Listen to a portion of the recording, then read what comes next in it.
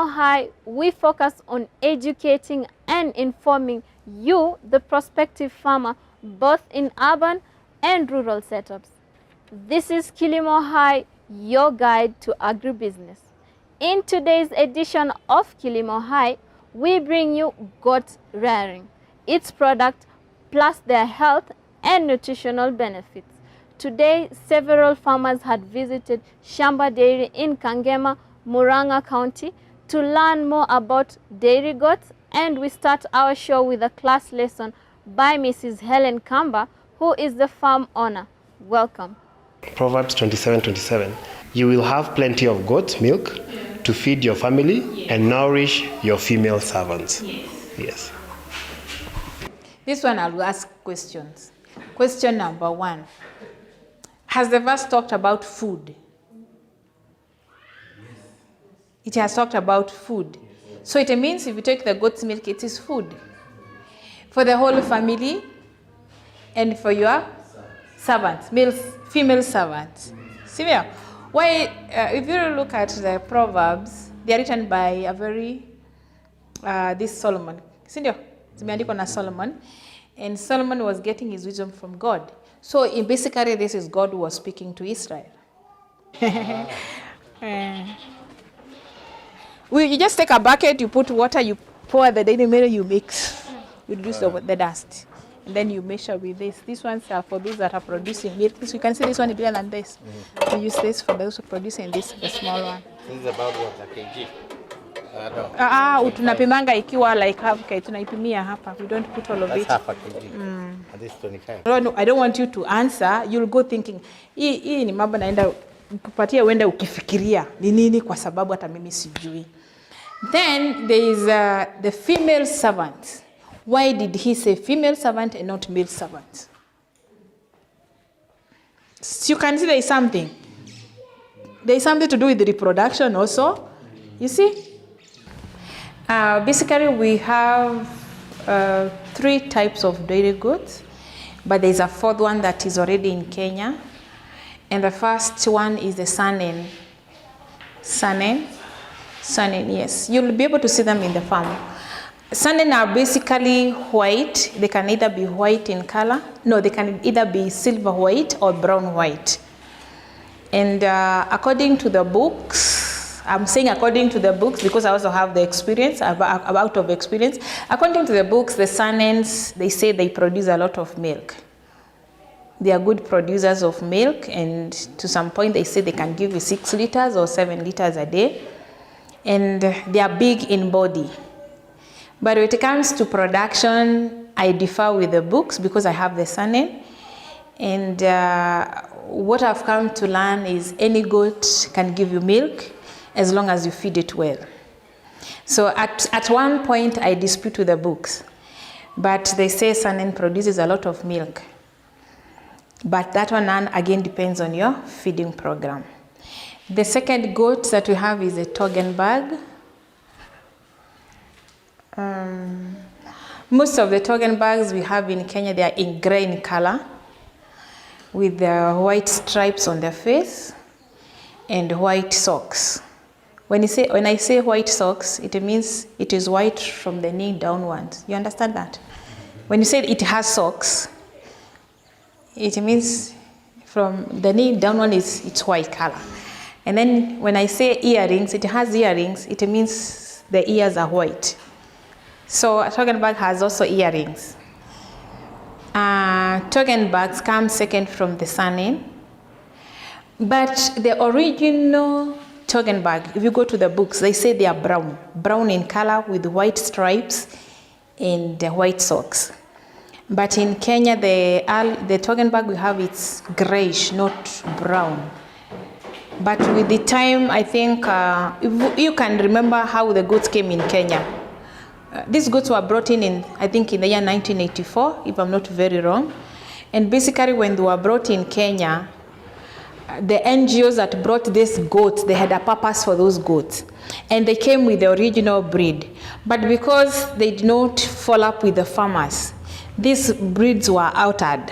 That is why you find even the colors are differing from the original breed. But yet, because it is gray in color, it cannot produce milk. It can still produce milk. So they come second from Sanen.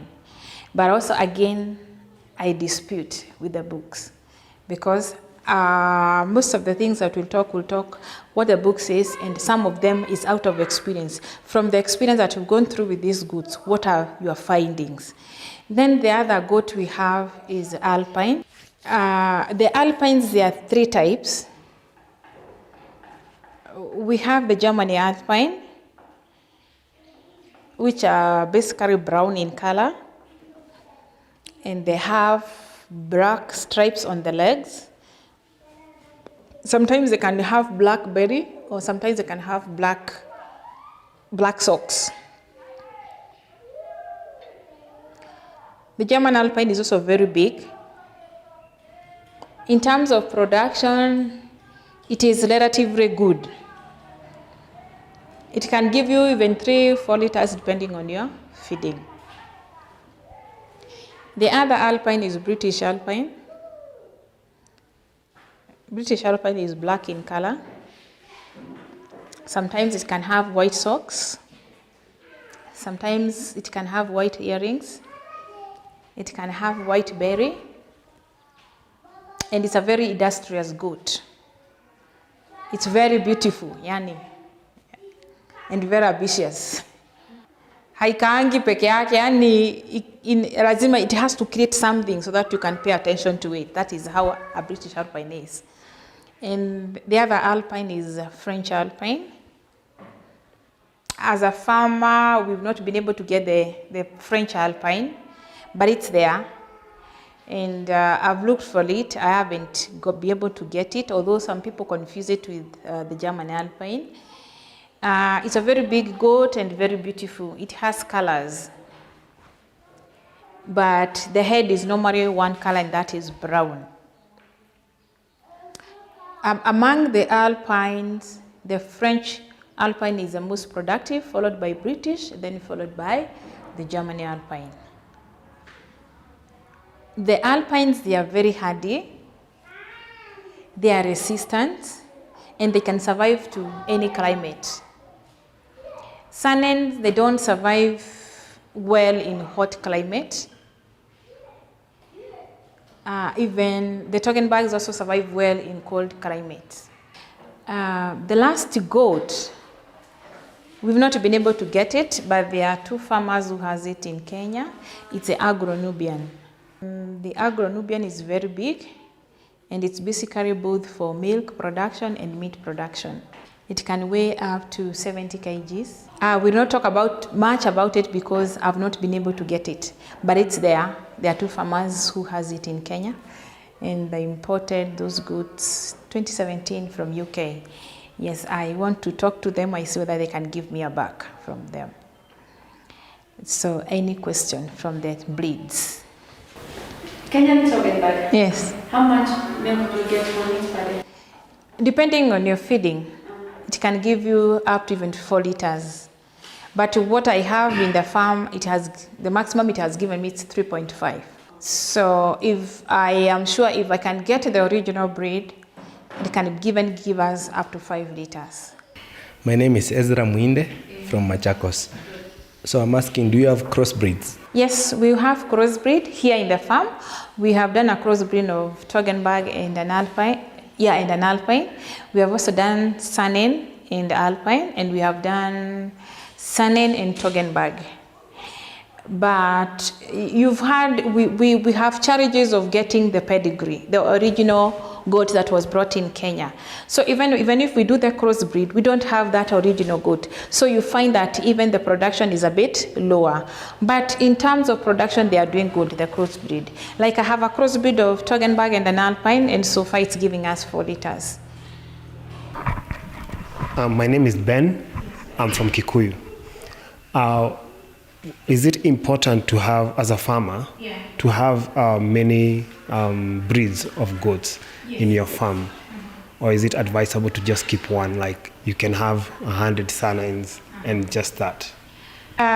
If you are a starter, if you have never done goats, you're doing it the first time, it's good to have a goat that is handy, that is resistant, that is an alpine. Once you have now the experience of how to handle these goats, you can bring in more breeds. It's very important. It's okay, because with every breed you'll be able to tell this one is producing more milk, this one is not producing. You're able now to tell as a farmer which line do you want to focus on. Yeah, and sometimes I've said some breeds don't do well in very hot areas, some others don't do very well in cold areas. So with that, you're able to balance your flock. So as a starter, because I think most of us here, we want to start. Yes. What would you advise us to begin with? If you're in a place like Kikuyu that is not very hot, it's kind of cold. Yeah, start with alpine. Yeah, they will not disappoint you. Yeah, especially the German alpine, they are good. Even British, it's good. Oh, my name is Kariuki and I'm from Gong. As a farmer, if I bring in an alpine and a Tugendberg and then a Sanine, wouldn't that also mean that if I'm going to maintain that breed, I'd have to be bringing in a buck of the same breed? Yes. So that would give me a challenge. I'd have 3 different bucks in the same farm, and my intention is to produce milk, not to breed goats. But even in production of milk, there is a goat that will produce more milk than the other. Okay? Even if you have one line of a breed, let's say you have alpine, you will not have one buck, because even if you want to produce milk, you must increase your flock, isn't it? So that means when you're doing reproduction, you cannot use the same buck to the same kids that used to the mothers. You have to change that buck. So it means if you have you have 4 generations, you must have 4 bucks of the same type. Yeah, I do understand that, because that would be crossbreeding, right? Not crossbreeding, inbreeding, yes, inbreeding. But now if I have a Tugendberg, Alpine, and a Sanine, every other year I'd have to be getting 3 different bucks. But those bucks, you sell them off. Once you finish up with the buck, like here, we don't keep bucks. Every time they are born, we sell them off. We only leave the bucks that we are using for breeding. Yeah, so every time the bucks comes in, you have to sell them off, or you have maybe to eat them, because you have to be very careful with inbreeding. Yeah, my name is Moturi from Embu. We have talked of these different types of breeds with their different capacities for production. Is the milk different? No, but the milk... In terms of content, or if you're given Toggenburg or Sanan or Alpine milk, can you tell the difference? In terms of content? The Alpines, the fat content is a bit higher, but sometimes you may not be able to tell. For the Alpine, the milk is a bit creamy, but again also the milk, the outcome also depends on what you feed your animal. If you feed your animal with green matters, of course you expect that milk to be watery. If you feed the dry matter, the milk is a bit creamy.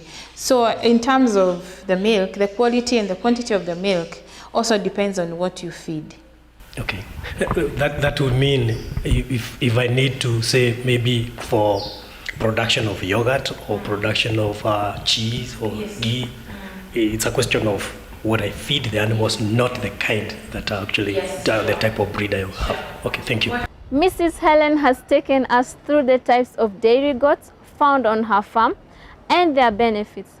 Join us after the break for more details on goat housing.